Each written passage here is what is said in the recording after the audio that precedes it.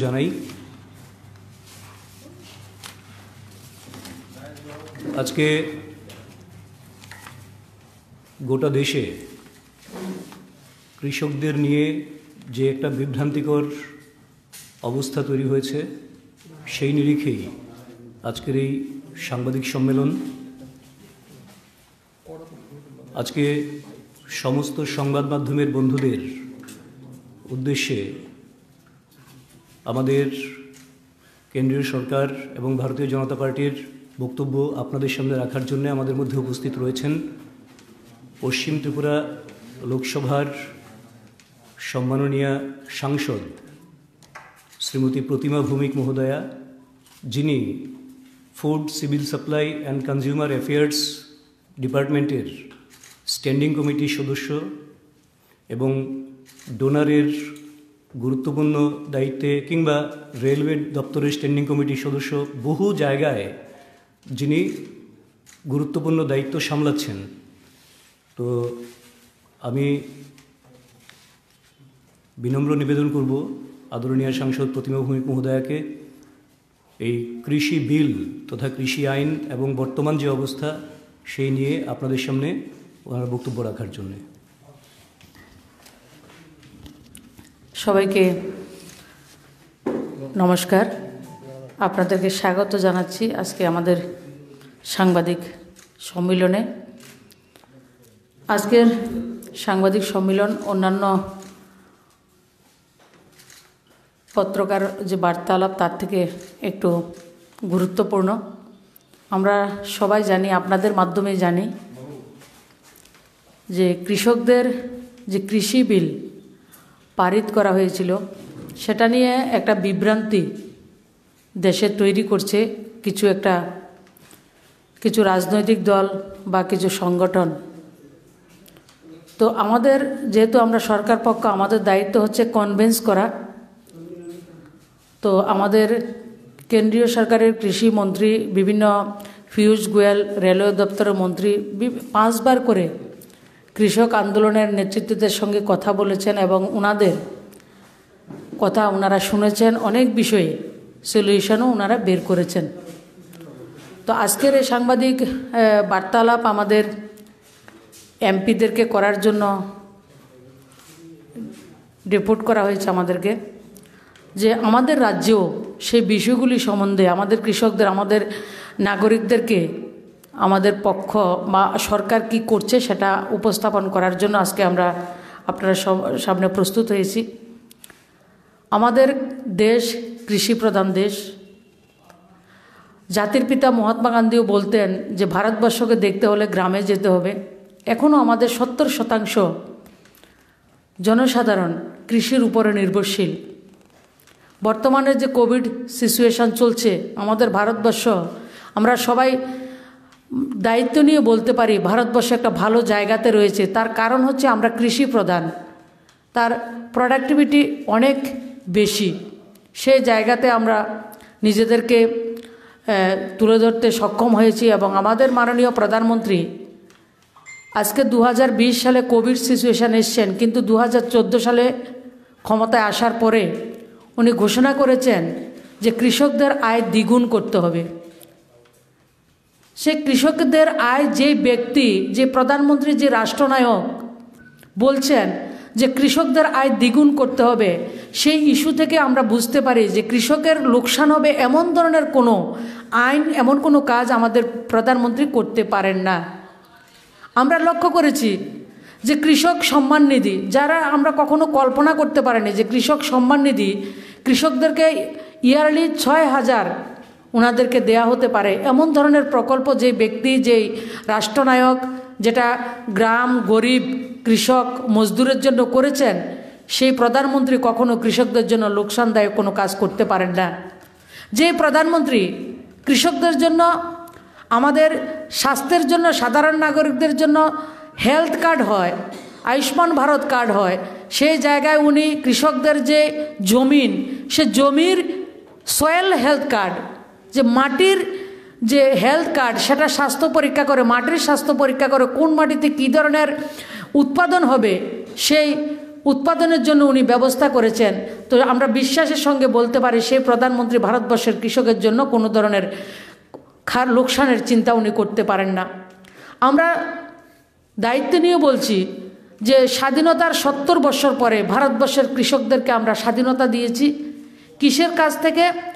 যারা মিডলম্যান, যারা দালাল, যাদেরকে হিন্দিতে বলে বিচুলিয়া, 70 বছর পরে ভারতবর্ষের কৃষকদেরকে আমরা স্বাধীনতা দিতে পেরেছি। এই যে সংশোধন যে বিল সেটার মধ্যে সেটা রয়েছে।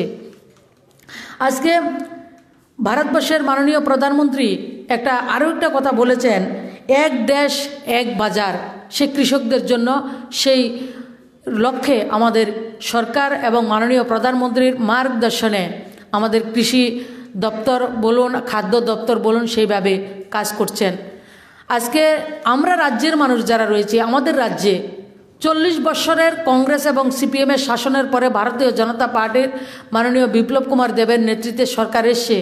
আমরা যদি এই 3 বছরের খণ্ডকালকে বাদ দিয়ে 40 বছরের আমরা অভিজ্ঞতা বলছি, যে আমিও কৃষক পরিবারের, আমাদেরকেও ধান বিক্রি করতে কষ্ট হতো। একসঙ্গে 100 মণ ধান, 50 কুইন্টাল, 60 কুইন্টাল, 100 কুইন্টাল ধান বিক্রি করতে আমাদের জন্য বাজার ছিল না। আমাদের সামনে কি স্লোগান ছিল? যে কেন্দ্রীয় সরকারকে রাজ্যের কৃষকের ধান কেন্দ্রীয় যে এমএসপির মাধ্যমে খরিদ করতে হবে, দিতে হবে, করতে হবে, নাইলে গদি ছুটতে হবে। এই ধরনের স্লোগান আমরা 40টা বছর কি কংগ্রেসের শাসনে কি কমিউনিস্টের শাসনে আমরা লক্ষ্য করেছি। যারা আজকে প্রগতিশীল, যারা প্রতিক্রিয়াশীল যে আন্দোলন করছেন দিল্লিতে, যারা সেটাকে সমর্থন করছেন, জেএনইউ থেকে সব কিছু সেটার সঙ্গে যুক্ত রয়েছে, কমিউনিস্টের বন্ধুরা যুক্ত রয়েছে। আমরা কমিউনিস্টের শাসনে ছিলাম। আপনারা বলুন তো, 25 বছর এক নাগারে সরকারটা ছিল। দিল্লিতে পিবি নরসিম্হা রাও থেকে এইচডি দেবেগৌড়া, আইকে গুজরাল থেকে ইউপিএ 1 গভর্নমেন্ট, কেন্দ্র এবং রাজ্যে সম্মিলিত বন্ধুর সরকার ছিল, অভিন্ন হৃদয়ের সরকার ছিল। কৃষকদের দিয়ে আন্দোলন করিয়েছেন, কিন্তু 100 গ্রাম ধান কৃষক সরকারের কাছে বিক্রি করতে পারেনি। এবং এমএসপিতে সহায়ক মূল্যে কখনো ত্রিপুরা রাজ্যের কৃষকরা এবং আমি ব্যক্তিগতভাবে কখনো কল্পনা করতে পারিনি যে কৃষকের ধান সরকার খরিদ করতে পারে। বিপ্লব কুমার দেবের নেতৃত্বে সরকার আসার পরে এবং মোদিজির আশীর্বাদে আমাদের রাজ্যের কৃষকরা 7 মাসের মধ্যে 2018 সালের আগস্ট সেপ্টেম্বর থেকে ধান পারচেজ করা শুরু করেছে। প্রথম রেট ছিল 1750 টাকা। এই সিজনে আমরা ত্রিপুরা রাজ্যে ধান পারচেজ করেছে সরকার 1815 টাকা করে। এবং এই যে সিজন, এই বছরে 2020-21 যে সেশন ডিসেম্বর জানুয়ারিতে যে ধানটা পারচেজ করবে সেটা 1815 টাকার থেকে অনেক বেশি হবে। আমরা যদি গত 2018 থেকে আমরা চিন্তা করি, 1750 টাকা থেকে শুরু করে 1815 টাকা, 1815 টাকা থেকে 1868 টাকা হওয়ার কথা রয়েছে। কেন্দ্রীয় সরকার সেটা বলেছেন। আপনি 3 বছরে দেখেন ধানের দাম যে এমএসপির রেট বৃদ্ধি হচ্ছে। আর 2014 সালের আগে আমাদের রাজ্যে তো ধান আমরা কখনো সরকারের কাছে বিক্রি করতে পারিনি, স্বপ্নও ভাবিনি, কল্পনাও করিনি যে সরকার 1815 টাকা করে আমাদের বাড়ি থেকে, আমাদের ঘর থেকে ধান খরিদ করবে। সেই স্বপ্নকে বাস্তবায়িত আমাদের মাননীয় প্রধানমন্ত্রী, আমাদের মাননীয় মুখ্যমন্ত্রী আমাদেরকে করে দিয়েছেন। কেন? আমাদের প্রধানমন্ত্রীর স্লোগান হচ্ছে কৃষকের আয় দ্বিগুণ করতে হবে, এক দেশ এক বাজার নির্মাণ করতে হবে। আর এই ধান বিক্রির জন্য কৃষককে কোনো ধরনের গোলবাজারে বলুন আর যে কোনো বড় বাজারে আসতে হয় না, তাদের বাড়ির কাছ থেকে সে ধানকে খরিদ করা হচ্ছে। গত আজকে পর্যন্ত ত্রিপুরা রাজ্যের 27,735 জন কৃষক ত্রিপুরা রাজ্যে উপকৃত হয়েছেন, যার মধ্যে 48,716 মেট্রিক টন ধান আমাদের রাজ্যে আমাদের সরকার আসার পরে প্রথম এমএসপি আমরা ঘোষণা করেছি, আমাদের মাননীয় মুখ্যমন্ত্রী ঘোষণা করেছেন। এবং যার ফলে আর 86 কোটি 65 লাখ টাকা আমরা রাজ্যের কৃষকদেরকে দিতে পেরেছি। 86 কোটি 65 লাখ টাকা আমরা সরকার পক্ষ থেকে যে প্রকিউরমেন্ট করেছে ধান আমাদের রাজ্যের কৃষকরা পেয়েছেন।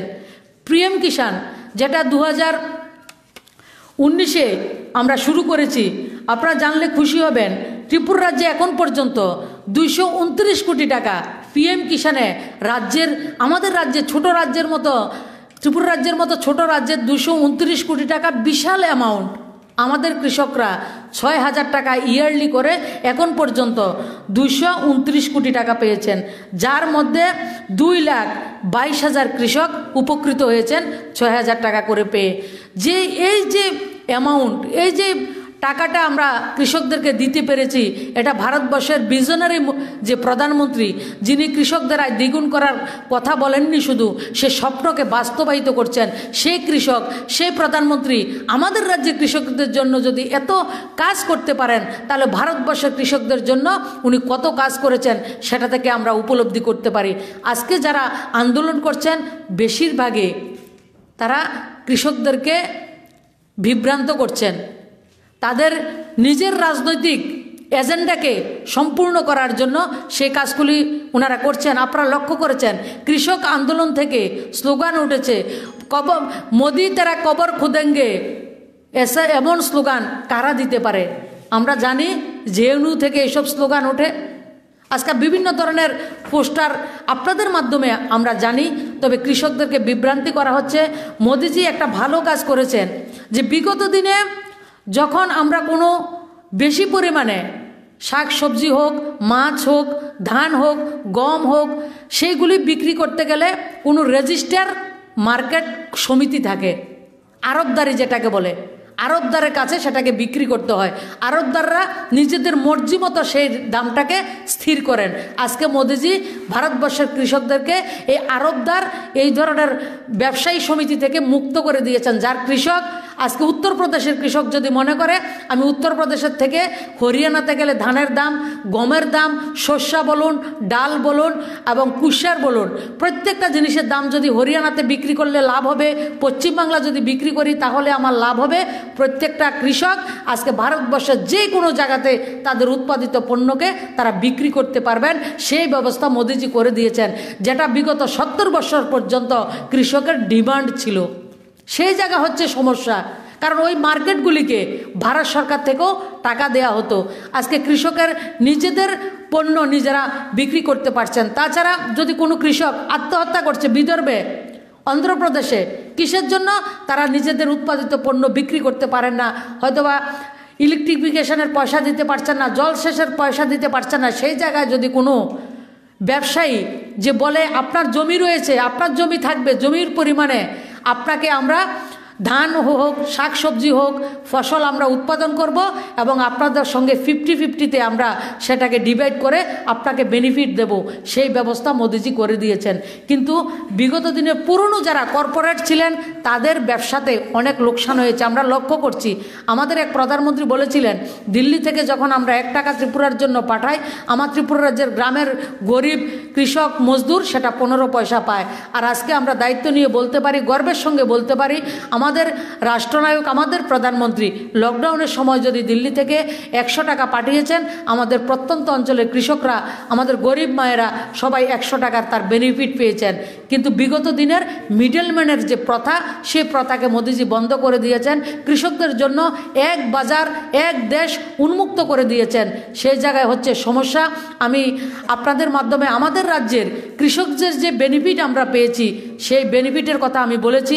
গোটা দেশের কৃষকরা সেই বেনিফিট পাচ্ছে।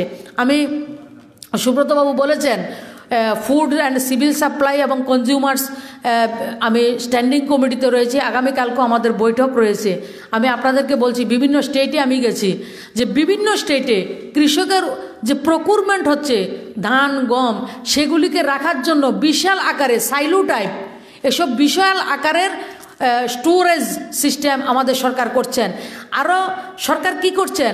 কৃষকদের জন্য, কৃষকদের ডেভেলপমেন্টের জন্য, কৃষকদের জীবন মানকে উন্নত করার জন্য আমাদের প্রিয় প্রধানমন্ত্রী এফপিউর ঘোষণা করেছেন। 10,000 এফপিউ ভারতবর্ষে তৈরি করা হবে, গঠন করা হবে কৃষকদেরকে দিয়ে।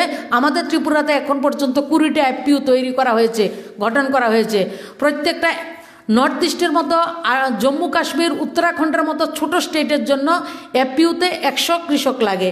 আর বড় স্টেট ইউপি, মধ্যপ্রদেশ, পাঞ্জাব, হরিয়ানাতে 300 সংখ্যা রাখা হয়েছে। আমাদের ছোট রাজ্যের জন্য এই ফ্যাসিলিটি আমাদের জন্য রাখা হয়েছে।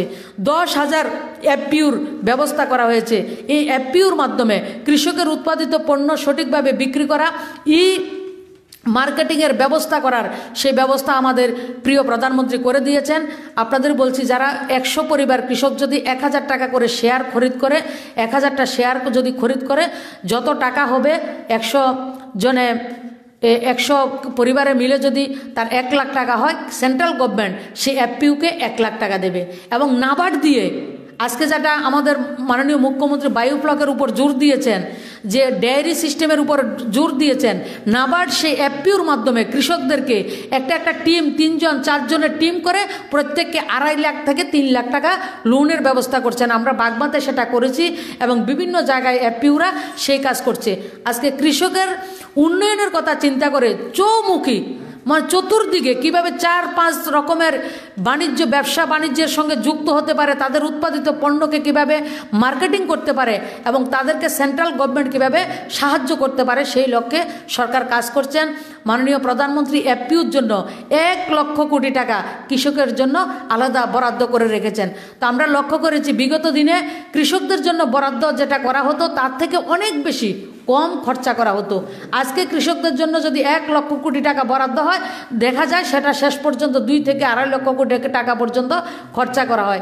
আপনারা জানবেন যে রেগার জন্য আমাদের রাজ্যে খুব আন্দোলন হয়, যে 2012-13 সালে রেগার জন্য 60,000 কোটি টাকা বরাদ্দ ছিল, কিন্তু 60,000 কোটি টাকা খরচ করতে পারেনি দেশে। আর আজকে এই বছরে 20-21-এ 19-20-এ রেগার জন্য যে বরাদ্দ ছিল, সে বরাদ্দ থেকে ডাবল টাকা আমাদের কেন্দ্রীয় সরকার খরচ করেছেন গোটা দেশে। তাই আপনাদের মাধ্যমে গোটা রাজ্যের যারা কৃষক রয়েছেন, যারা আমাদের বাম মার্গীয় বন্ধুরা রয়েছেন, সবাইকে আমি বলছি, আমি ডেটা দিয়ে বলছি যে আপনাদের যেটা করতে পারেননি আমাদের সরকার 7 মাসের মধ্যে সেটা করেছেন, যেটা 48,716 মেট্রিক টন ধান সরকার প্রকুর করেছে, যার মাধ্যমে 27,735 ফার্মার্স উপকৃত হয়েছেন। এবং গত 2.5 বছরে 86,65,00,000 টাকা কৃষকের অ্যাকাউন্টে ডাইরেক্ট গেছে, যার জন্য মিডলম্যান ছিল না, বিচুলিয়া ছিল না, দালালের কোনো ব্যবস্থা ছিল না। তাছাড়া কৃষক সম্মান নিধির মাধ্যমে আমাদের রাজ্যে 229 কোটি টাকা এখন পর্যন্ত কৃষকের অ্যাকাউন্টে গেছে, যেটা আমাদের মতো ছোট রাজ্যের জন্য যুগান্তকারী, হিস্ট্রিক্যাল। যেই প্রধানমন্ত্রী আমাদের রাজ্যের জন্য এভাবে চিন্তা করেন, আমরা বিশ্বাস করি সেই প্রধানমন্ত্রীর নেতৃত্বে 2022-এর মধ্যে আমাদের দেশের প্রত্যেকটা কৃষকের উৎপাদন বৃদ্ধি পাবে এবং তাদের রোজগার দ্বিগুণ হচ্ছে। আমরা আনারস দিয়ে বুঝতে পারছি, আনারসকে আমাদের মাননীয় প্রধানমন্ত্রী, মাননীয় মুখ্যমন্ত্রী নতুন করে পরিচয় করে দেননি যে আসুন এটা আনারস। আপনারা জানেন কিনা যে আনারস 5 টাকা বিক্রি হতো না, আজকের দিনে আনারস 60 টাকা 70 টাকা এবছর বিক্রি হয়েছে। তো সেটা থেকে আমরা বুঝতে পারছি আমাদের কৃষকের আয়কে দ্বিগুণ করার জন্য আমাদের প্রিয় প্রধানমন্ত্রী বদ্ধপরিকর, এবং আমাদের কান্ট্রির কৃষকরাও সেটা বুঝতে পারছেন। এবং যে আন্দোলন হচ্ছে সেটা শুধু রাজনীতিকে চমকানোর জন্য সে আন্দোলন করছেন, যারা কৃষকের জন্য কোনো কিছুই করেননি।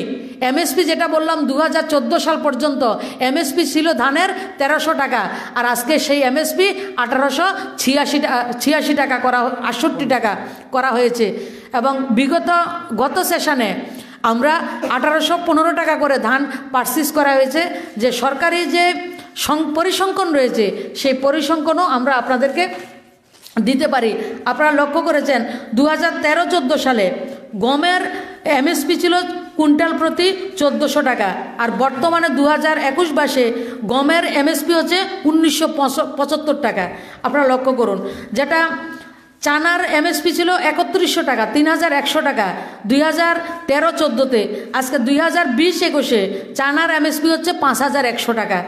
আজকে মুসুর ডালের এমএসপি ছিল 2950 টাকা কুইন্টাল, আজকে 5100 টাকা হচ্ছে মুসুর ডালের এমএসপি। ধানেরটাতেই বললাম 1310 টাকা ছিল এমএসপি, আর বর্তমানে 2020-21-এ যেটা 1868 টাকা।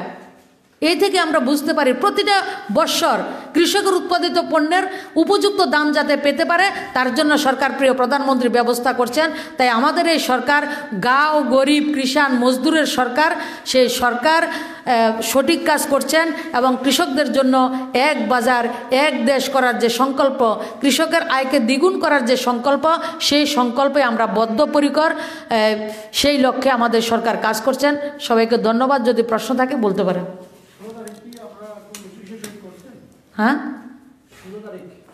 হ্যাঁ, আমাদের গোটা দেশেই কেন্দ্রীয় ভারতীয় জনতা পার্টির নেতৃত্ব থেকে আমাদের কাছে প্রোগ্রাম রয়েছে। তো সেই শিডিউল অনুযায়ী আগরতলাতেও র্যালি হবে 16 তারিখে রবীন্দ্র ভবনের সামনে। ভারতীয় জনতা পার্টি দুইটা না, আমাদের মুখ্যমন্ত্রী সেটাকে সম্বোধন করবেন।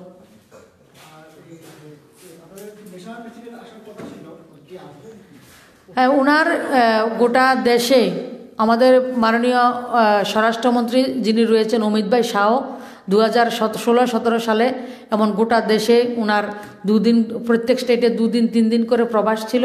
আমাদের জেপি নাড্ডাজিরও প্রবাস রয়েছে।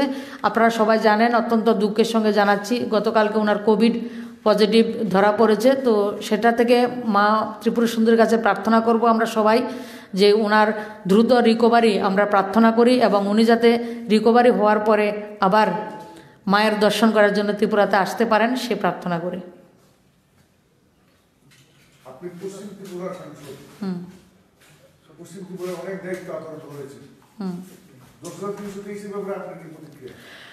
দেখুন, 10,323-এর প্রতিক্রিয়া সাংসদের নয়, সেটা হচ্ছে রাজ্য সরকার যে সিদ্ধান্ত নিয়েছেন। আমাদের সরকার ট্রান্সপারেন্ট সব কিছু করছেন, আপনারা লক্ষ্য করছেন।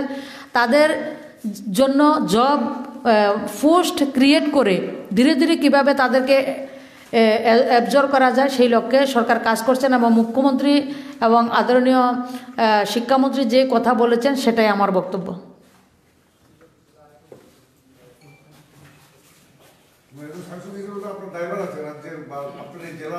না, আমরা এই জেলা না, গোটা রাজ্যের দায়ভার আমাদের উপর রয়েছে এজ এ একজন সাধারণ নাগরিক হিসেবে। এবং আমি, আপনারা জানেন, প্রো পাবলিক সবসময় থাকি। তো আমরা সরকারের কাছে আমরা সবাই মিলে বলেছি, তারপরে উনি করছেন। এবং আপনারা জানেন বিগত সরকারের কাছে সময়ে 13,000 কোটি টাকা ডিফিসিটে স্টেট রয়েছিল এবং তাছাড়া কোভিড চলছে, এটা একটা আমাদের ডেফিসিট রয়েছে। তাছাড়া ফিনান্স কমিশন, যেটা 15 ফিনান্স কমিশন আমাদের রয়েছে, 15 ফিনান্স কমিশনে আমাদের রাজ্যের মুখ্যমন্ত্রী সঠিকভাবে তথ্য দিল্লিকে দিয়েছেন। ভালো ফান্ড আমাদের কাছে আসবে, কিন্তু দুর্ভাগ্য 13 ফিনান্স কমিশন, 14 ফিনান্স কমিশনে রাজ্যের সঠিকভাবে রাজ্যকে দিল্লির কাছে বা নীতি আয়োগের কাছে, যোজনা আয়োগের কাছে সেভাবে রিপ্রেজেন্ট করা হয়নি। কিসের সাথে করা হয়নি, তার জন্য আমাদের কয়েক হাজার কোটি টাকা আমাদের লোকসান হয়েছে, কয়েক হাজার কোটি টাকা। আপনারা দেখুন এই বছর 15 ফিনান্স কমিশন আমাদেরকে যে এডিসির ভিলেজ কমিটিগুলি, ভিলেজ পঞ্চায়েতগুলি, তার জন্য কোনোটাতে 4,000, কোনোটাতে 4 লাখ, 7 লাখ, 8 লাখ করে টাকা এসে 14 ফিনান্স কমিশনে সে টাকাটা আসেনি। আপনি গোটাটা হিসাব করে দেখবেন, বিশাল একটা অঙ্ক বিভিন্ন ডিপার্টমেন্ট থেকে আমাদেরকে কম পেয়েছি। এটা কমিউনিস্টের শাসনে ওনারা 13 ফিনান্স কমিশন বলুন, 14 ফিনান্স কমিশন বলুন, তার মধ্যে ত্রিপুরা রাজ্যকে ঠিকভাবে রিপ্রেজেন্ট ওনারা করতে পারেননি। তার একটা লোকসান আমরা বহন করছি।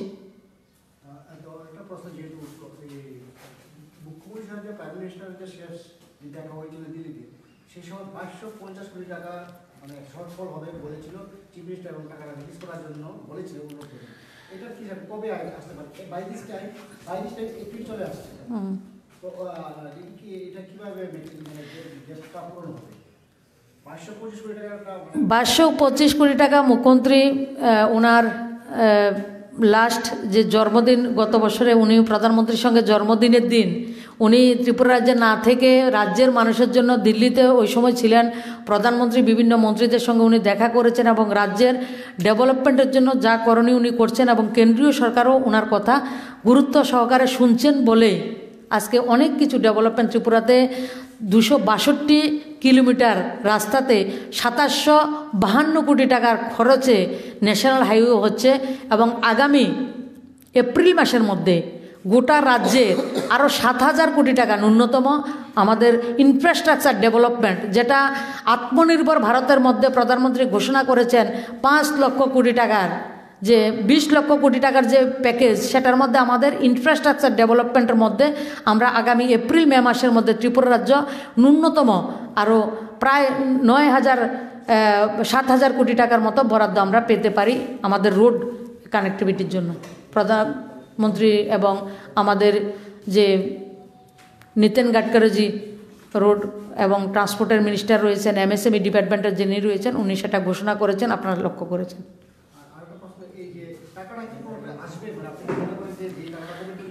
না, যেই টাকা কমিটমেন্ট করেছে, যে খাতে আমাদের প্রয়োজন রয়েছে সেই খাতে নিশ্চয়ই দেবেন, এবং মুখ্যমন্ত্রী সেটা তৎপর রয়েছেন, মুখ্যমন্ত্রী সেটা উনি নিজেই বলবেন।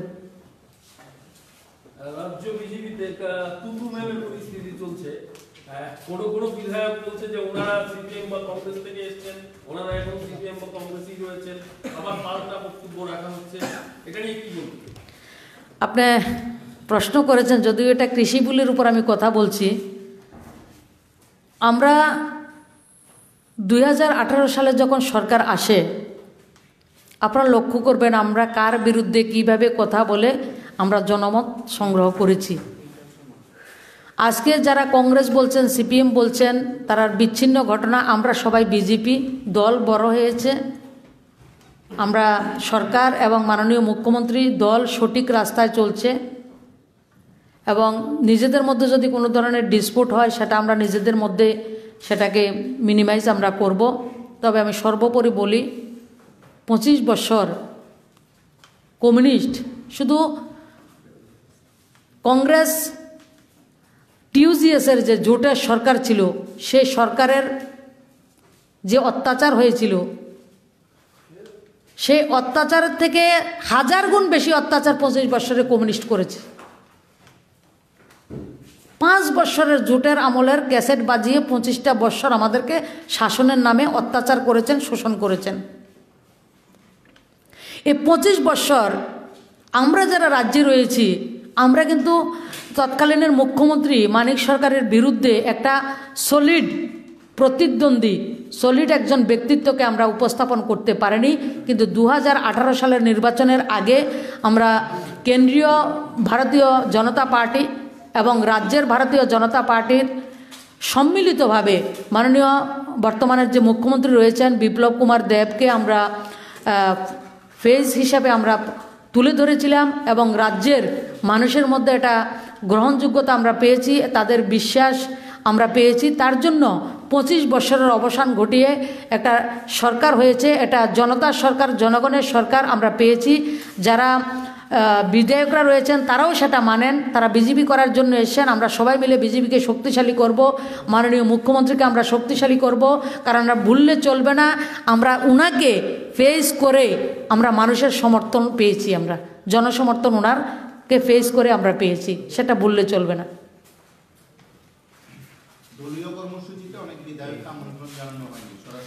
এটা আপনি দেখুন, আমরা ভারতীয় জনতা পার্টি করি, আমরা চিন্তা করব। দাদা, আপনারা আমন্ত্রণ কে পায় না আমরা সবাই জানি।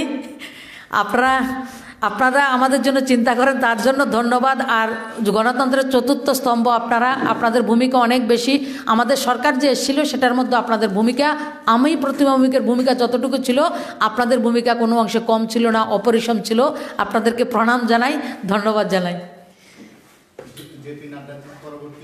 দেখুন, জেপি নাড্ডাজি যেটা কোভিডে আক্রান্ত উনি হয়েছেন, মা ভগবতীর কাছে প্রার্থনা করি, ওনার দ্রুত আরোগ্য কামনা করি আমরা সবাই। তারপরে শিডিউল করা হবে, নিশ্চয়ই আপনারা জানবেন।